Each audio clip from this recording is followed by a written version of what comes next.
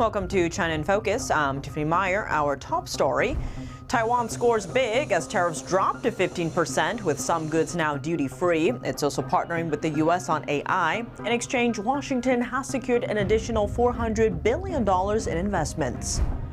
Canada is lowering tariffs on some Chinese electric vehicles in exchange for a bit of relief from economic pressures. But trade with China comes with complications, including demands from Chinese leader Xi Jinping. 26 people indicted in a game-fixing scheme in men's college basketball. Authorities say it started with rigged games in China, but then expanded to NCAA games in the U.S. And China unveiled new equipment designed to target Starlink terminals and disrupt internet signals. Could this be preparation for an invasion of Taiwan?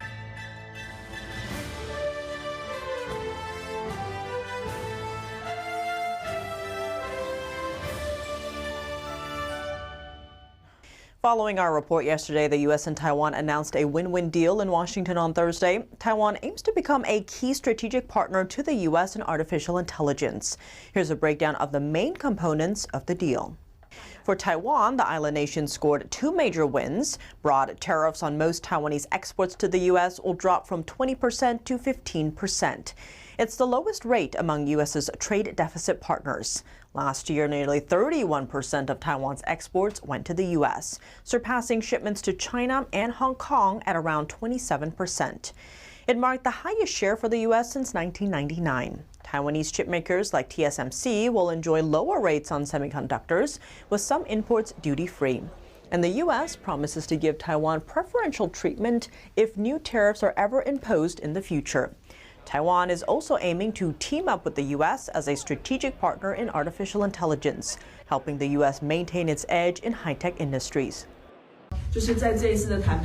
In this round of negotiations, we also promoted two-way high-tech investment between Taiwan and the United States.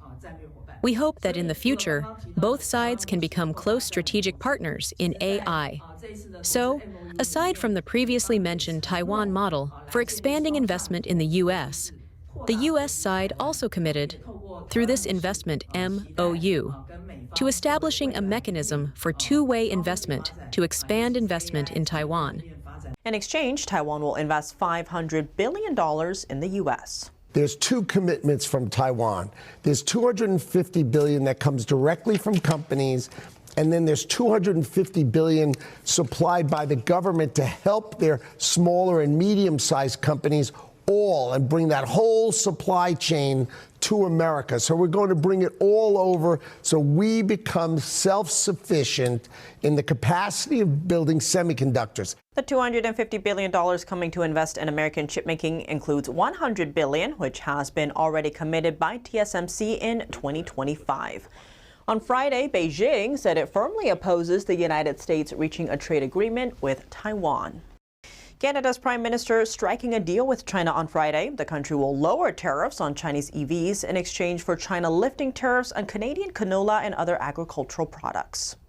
Canada has agreed to allow up to 49,000 Chinese electric vehicles into the Canadian market, with the most favored nation tariff rate of 6.1%. The remaining Chinese electric vehicles beyond the first 49,000 will still face 100% tariffs. China is expected to lower tariffs on canola seeds from 80% to 15%. And tariffs on Canadian lobsters, crabs, and peas are also expected to be put on hold this year. Carney says China would make a considerable investment into Canada's auto sector within 3 years. It comes as Carney looks to diversify trade away from the U.S. following President Trump's tariff hikes. Meanwhile, Ontario's premier criticized Carney's deal with China, warning it could threaten Ontario's auto industry. The premier added that it could affect Canada's access to American markets if the U.S. sees Canada as a backdoor for cheap Chinese imports. Carney also announced a new strategic partnership between Canada and China. He says Canada's relations with China are more predictable, while its relations with the U.S. runs deeper. Over 75% of Canada's exports goes to the U.S., while only 5% go to China. But a deeper economic relationship with China comes with strings attached. Chinese leader Xi Jinping said the two countries should treat each other with respect. It signals that criticizing Beijing's human rights abuses might be seen as disrespectful. When asked about human rights abuses in China, Carney said Canada needs to be realistic when it comes to doing business with Beijing. He said he raised human rights concerns in private talks with Chinese officials, but discussing them publicly doesn't help. In just one day, a CIA recruitment video targeting Chinese officials has gone viral, attracting 3.8 million views. The video targeting Chinese officials says the CIA is looking for people who can tell the truth about China. The video lays out 9 steps for Chinese citizens in China, showing how they could contact the CIA without putting themselves in danger from the Chinese Communist Party. It has no voiceover, only subtitles in simplified Chinese, which are only used in mainland China. The video was published on Thursday and is the third of its kind. Last May, in an unprecedented move, the CIA released 2 videos with Mandarin voiceovers, sending a clear message to Chinese officials: we are open for business. Recruitment is only one side of the coin. Moves like this could also heighten suspicion and distrust among Chinese Communist Party officials. 26 people have been indicted on federal criminal charges in an alleged game-fixing scheme in men's college basketball. Authorities say it started with rigged games in China, then expanded to NCAA games in the U.S. Here are the details. We allege an extensive international criminal conspiracy. Federal prosecutors on Thursday announcing criminal charges against more than 24 people in an alleged game-rigging scheme involving college basketball. A transnational criminal scheme to fix NCAA Division I men's basketball games, as well as Professional Chinese Basketball Association games. The Justice Department detailing what they described as a massive operation. An extensive international criminal conspiracy of NCAA players, alumni, and professional bettors who fixed games across the country. According to court documents, it all started in 2022 with game fixing in the Chinese Basketball Association. The fixers would bet on the games from the U.S. Prosecutors say they expanded the scheme to Division I college basketball games in the 2023-2024 season, allegedly recruiting players nationwide to manipulate games, paying them $10,000 to $30,000 per game to underperform. The fixers placed millions of dollars in wagers against those teams, and prosecutors say the players who allegedly took part in the scheme were paid hundreds of thousands of dollars. Imperils the integrity of sport itself. And when that happens, the Department of Justice will step in to protect what is a sacred institution of American life. Would Starlink be the last means of communication for Taiwanese people if China invaded and cut all cables and Wi-Fi? The Chinese regime might have considered it. It recently unveiled a new piece of electronic warfare equipment designed to target Starlink terminals and disrupt internet signals. The system is small enough to be carried by a single soldier or mounted on a drone. Earlier this month, at a defense technology exhibition, China Electronics Technology Group Corporation showcased the device. The system is designed to detect Starlink user terminals on the ground. It disrupts their connection to satellites by interfering with the radio frequencies they use. This new system shows that counter Starlink tools are moving out of the lab and could actually be used on the battlefield. Starlink's network relies on a large number of satellites, and this system focuses on targeting the user terminals rather than the satellites themselves. Throughout the Russia-Ukraine war, SpaceX has sent thousands of Starlink terminals to help keep Ukraine connected. That's despite Russian attempts to disrupt communications. The U.S. has approved a potential $1.5 billion military sale to help design and build a new naval base in Peru. The facility will be less than 50 miles away from a Chinese-owned port. The State Department says the proposal is still under review and could require more negotiations. It added that the final deal could potentially be lower than $1.5 billion. Plans for U.S. support at the naval base in Peru date back to late 2024. The move comes amid Washington's concerns over China's $1.3 billion Chansay port. It's operated by Chinese state-owned Costco Shipping, which analysts say could one day host Chinese Navy vessels. So far, Peru has maintained friendly relations with both the U.S. and China. Washington is aiming to increase presence in the region to protect its national security. It recently designated Peru a major non-NATO ally and assigned a new ambassador to the country. Coming up, military presence in Greenland has expanded. Some European countries are sending soldiers there. Which country are they targeting? And online scam advertisements tied to China are drawing scrutiny. Where are these scams showing up and why does it matter? An expert breaks it down. More on that after the break here on China in Focus. Welcome back to China in Focus. I'm Tiffany Meyer. Some European countries were sending soldiers to Greenland on Thursday. This comes as President Trump made vows to take Greenland this way or another. He's also increasing calls to protect the island from adversaries, especially China and Russia. NTD's international correspondent Arian Pazdar has more. I don't think troops in Europe impact the president's decision-making process, nor does it impact his goal of the acquisition of Greenland at all. White House Press Secretary Caroline Leavitt saying the U.S. still plans to acquire Greenland, despite some European nations sending troops to the island. Mesdames et messieurs, en vos grades et qualités. French President Emmanuel Macron announcing that France is among the European nations sending troops to Greenland. Germany, France, Sweden, Norway, Finland and the Netherlands are sending military personnel as well. They say the goal is to begin preparations for large-scale military drills later this year. Une première équipe de militaires français est déjà... A first team of French soldiers is already on site and will be reinforced in the coming days by land, air and sea means. President Trump is increasing calls to protect the island from adversaries, especially China and Russia. According to Trump, Denmark, which controls Greenland, is not powerful enough to protect the strategically important island. The president therefore says the U.S. needs to own Greenland and has offered to purchase it. Leavitt says the U.S. had a meeting about such an acquisition on Wednesday and will continue having regular talks. Those talks will take place, I'm told, every 2 to 3 weeks. So this is a conversation the administration intends to keep having. She added that those talks will be between representatives from the U.S., Denmark and Greenland. Trump, who says he favors diplomacy, previously declined to rule out acquiring Greenland by force. Poland's prime minister on Thursday was asked how Europe would react to such a move by the U.S. Does Europe have a plan? Ladies and gentlemen, for such situations, there are no plans. I will do everything to ensure that Europe as a whole remains united. He added that Poland isn't sending any troops to Greenland at this time. Arian Pazdar, NTD News. Why is Greenland, an island in the Arctic region, so important to the U.S. that President Trump has expressed interest in taking control of it? Let's take a look.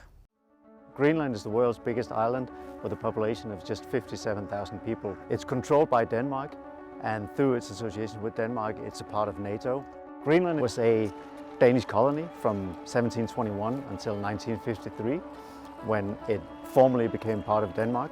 So in 1979, it got its own parliament, and in 2009, it got so-called self-rule, which allows it the right to declare independence through a vote if it wants to. The island holds great strategic importance to the United States military and its early warning radar system. Any missiles that would come in towards the North American continent from Europe or from Russia would go via this island. The United States military already has a permanent presence at the Bitufik air base, and they've had pretty much unlimited access to Greenland since Denmark and the United States signed a defense agreement back in 1951.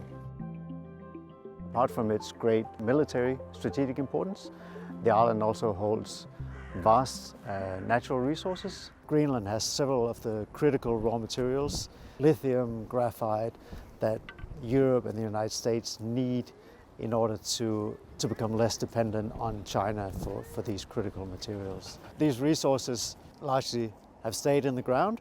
Many, if not all, of the big projects have been stalled. They've met resistance from indigenous people who basically would like to have their hunting and fishing grounds unspoiled and untouched.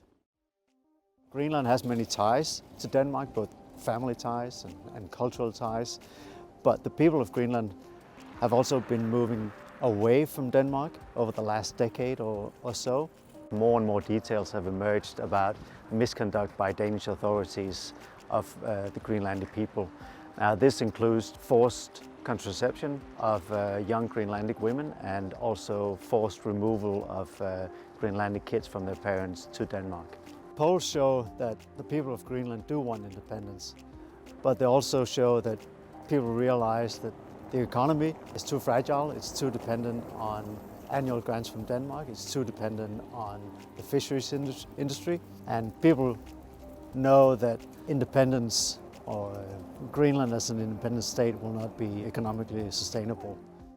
An app called Are You Dead, aimed at people living alone, has gone viral in China. With surging downloads and widespread discussion on social media, it's prompting the company to introduce a subscription fee and change the app's name for a global audience. But on Thursday, the app was suddenly removed from China's Apple App Store with no reason provided.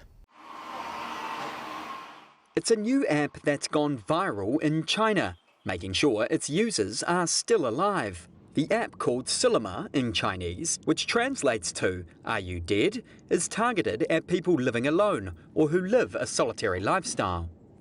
It sends automatic notifications to an emergency contact if the user has not checked in for consecutive days.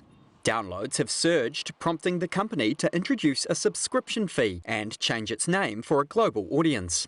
China may have up to 200 million one-person households, with a solo living rate exceeding 30%, state newspaper The Global Times said. So why did this unusual app go viral in China? There are many reasons behind it. China's aging population has led to more elderly people living alone. Over the past decade, hundreds of millions of young people have moved from their hometowns to big cities, leaving mostly older adults behind in rural areas. Marriage rates among young people in China are also falling, reaching a 38-year low in 2024. This has led to a declining birth rate, even though Beijing abandoned the one-child policy years ago.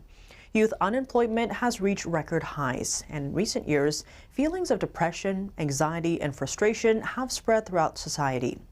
So it's no wonder the Are You Dead app, despite its grim name, has become popular across China. Online scam advertisements tied to China are drawing growing scrutiny in the U.S. They continue to appear on major digital platforms, impacting American stores and businesses.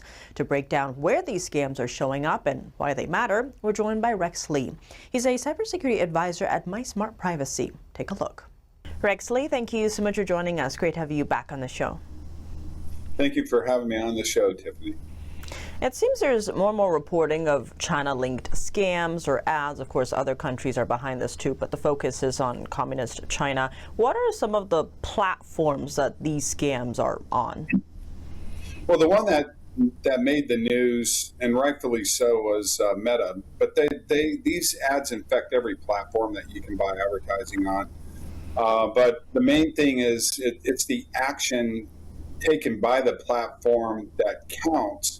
And a lot of these platforms, if they, like if X gets hit by these or other platforms, they're not immune from them, but they take action immediately to shut the ads down. What got Meta into hot water is these ads, if you look at it collectively, can mean billions of dollars in revenue over time. So they just allowed to keep collecting on the ad revenue until the government stepped in and said, "Hey, what are you doing here? Why are you were already notified about this? You already know about this scam.